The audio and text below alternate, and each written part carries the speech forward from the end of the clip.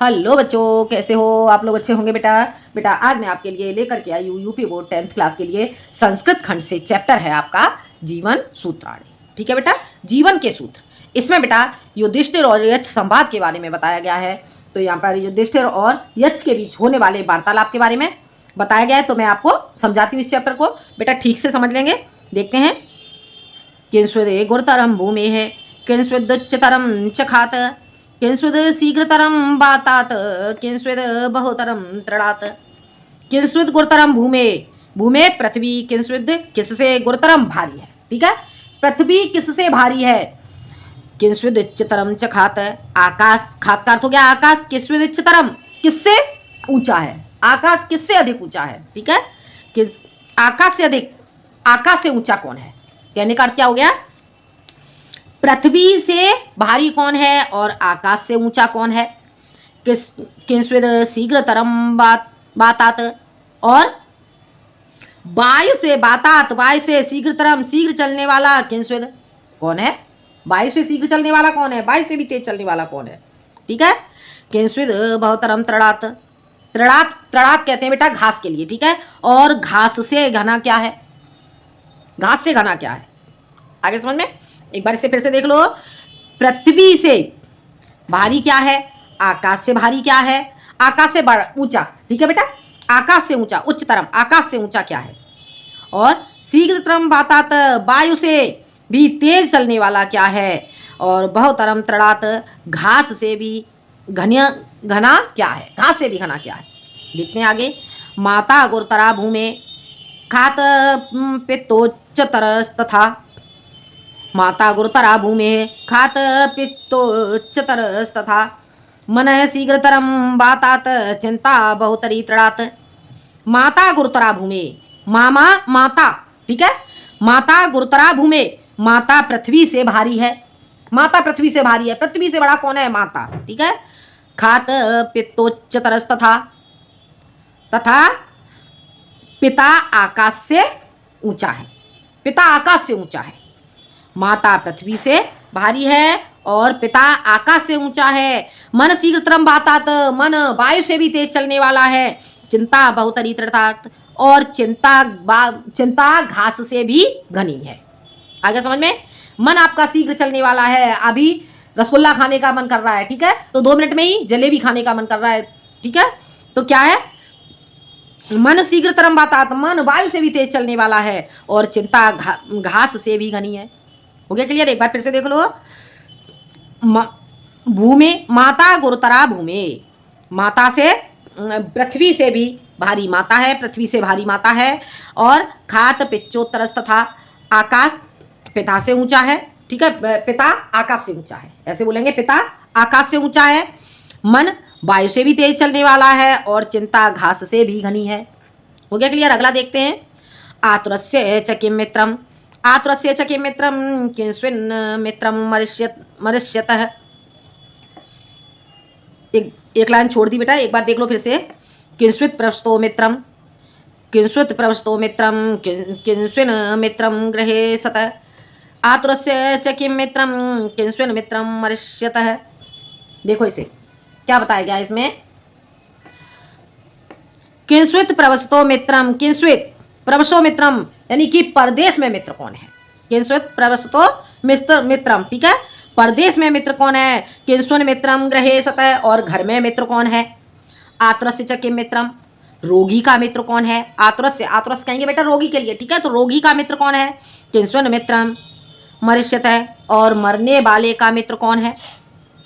आगे समझ में, तो देखते हैं, ये समझ आ गया आपको।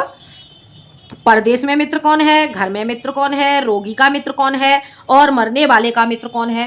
हो गया क्लियर? अगला देखते हैं। सार्थम प्रवस्तो मित्रम, भार्या मित्रम गृहे सतः, आतुरस्य भिषक मित्रम, दानम मित्रम मरिष्यतः। आतुरस्य च किम मित्र, देखो, सार्थम प्रवस्तो मित्रम, सार्थम प्रवस्तो साथ में रहने वाला। ठीक है, क्या है, साथ में रहने वाला कौन है। सार्थम प्रवस्तो मित्रम, साथ में रहने वाला मित्र है, अर्थात जो साथ में रहने वाला है। साथ में रहने वाला कौन हो गया, धन। ठीक है, तो परदेश में कौन हो गया, धन परदेश में मित्र है, हो गया क्लियर। सार्थम प्रवस्तो मित्रम, धन परदेश में मित्र है, ठीक है, या साथ चलने वाला परदेश में मित्र है। भार्या मित्रम गृहे सतः, और घर में मित्र कौन है, पत्नी, भार्या कहते हैं पत्नी के लिए, तो घर में पत्नी मित्र है। आतुरस्य भिषक मित्रम, रोगी का मित्र वैद्य है, भिषक कहते हैं वैद्य के लिए, रोगी का मित्र वैद्य है। दानम मित्रम मरिष्यत है, और मरने वाले का मित्र दान है, हो गया क्लियर। सार्थ है प्रवसतो मित्रम, सार्थ है प्रवसतो मित्रम, कहने का अर्थ क्या हो गया, धन परदेश में मित्र है, घर में गृहे, घर में पत्नी मित्र है, रोगी का मित्र वैद्य है, और दान मरने वाले का मित्र है, हो गया क्लियर। अगला देखते हैं बेटा, इतना आपको समझ आ गया होगा। देखो अगला देखते हैं, किंसुदेक मित्रम धम्यम किंसुदेक पदम यश, किंसुदेक पदम स्वर्ग स्वग्रम, किंस्वदेक पदम सुखम। क्या कहा गया यहाँ पे, देखो एक बार समझो।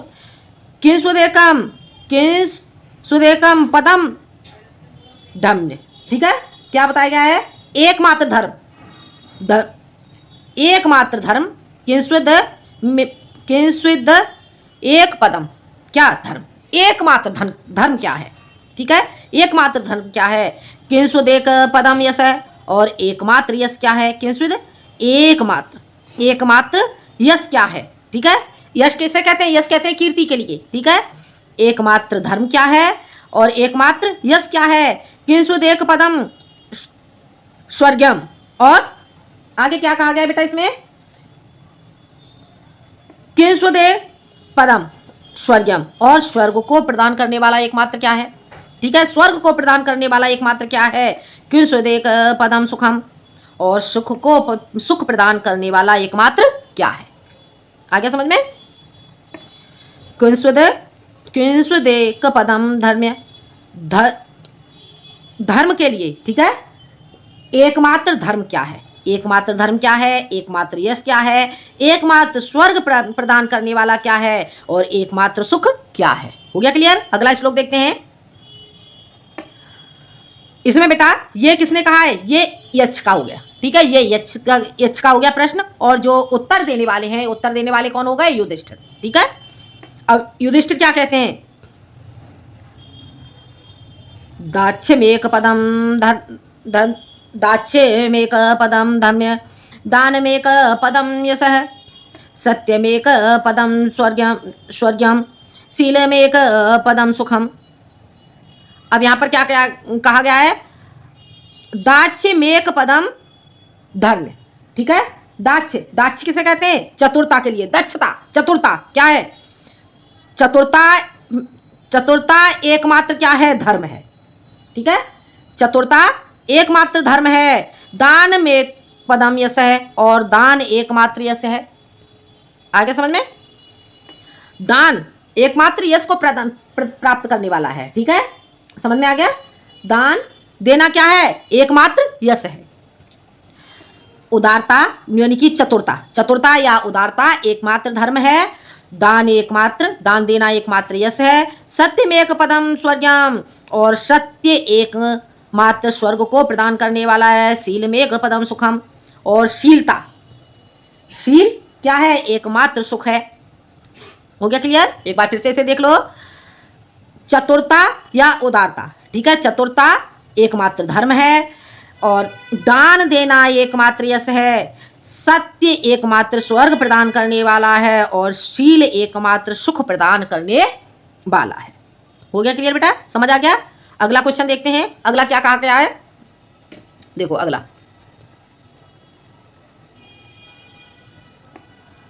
धान्यानामुत्तमं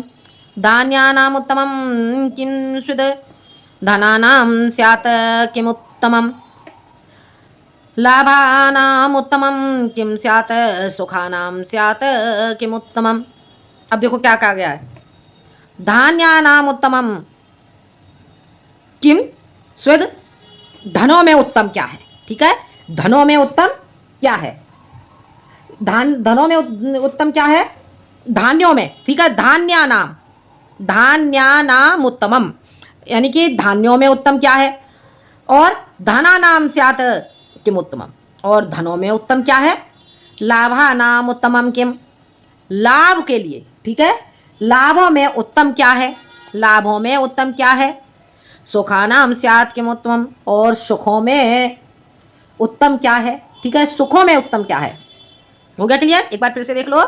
धान्यानाम उत्तमम किंस्विद, धान्यों में उत्तम क्या है? धनानाम स्यात् किम उत्तमम, धनों में उत्तम क्या है? लाभानाम उत्तमम किम, लाभों में उत्तम क्या है? सुखानाम स्यात् किम उत्तमम, और सुखों में उत्तम क्या? अब इसका उस जो युधिष्ठिर है, युधिष्ठिर क्या उत्तर देते हैं इसका?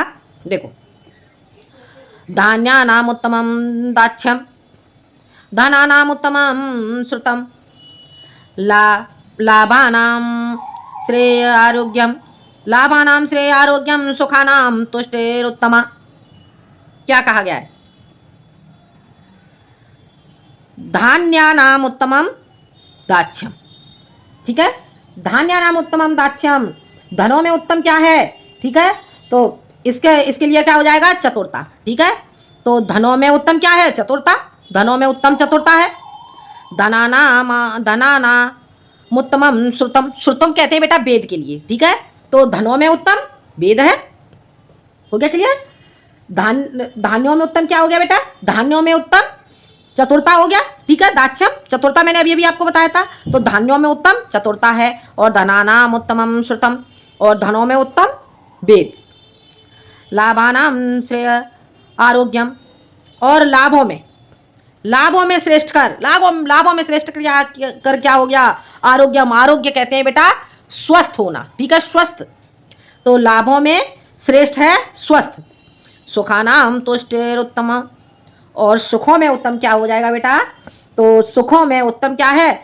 तुष्टि, तुष्टि यानी कि संतोष, ठीक है, तो सुखानाम तुष्टिरुत्तमा, सुखों में संतोष उत्तम है। हो गया क्लियर? एक बार फिर से देख लो।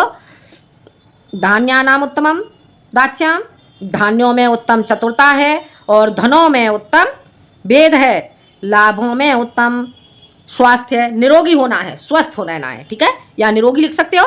लाभों में श्रेष्ठ निरोगी होना है, स्वस्थ होना है, और सुखानाम तुष्टिरुत्तमा, और सुखों में संतुष्ट होना सबसे उत्तम है। हो गया क्लियर? अगला श्लोक देखते हैं।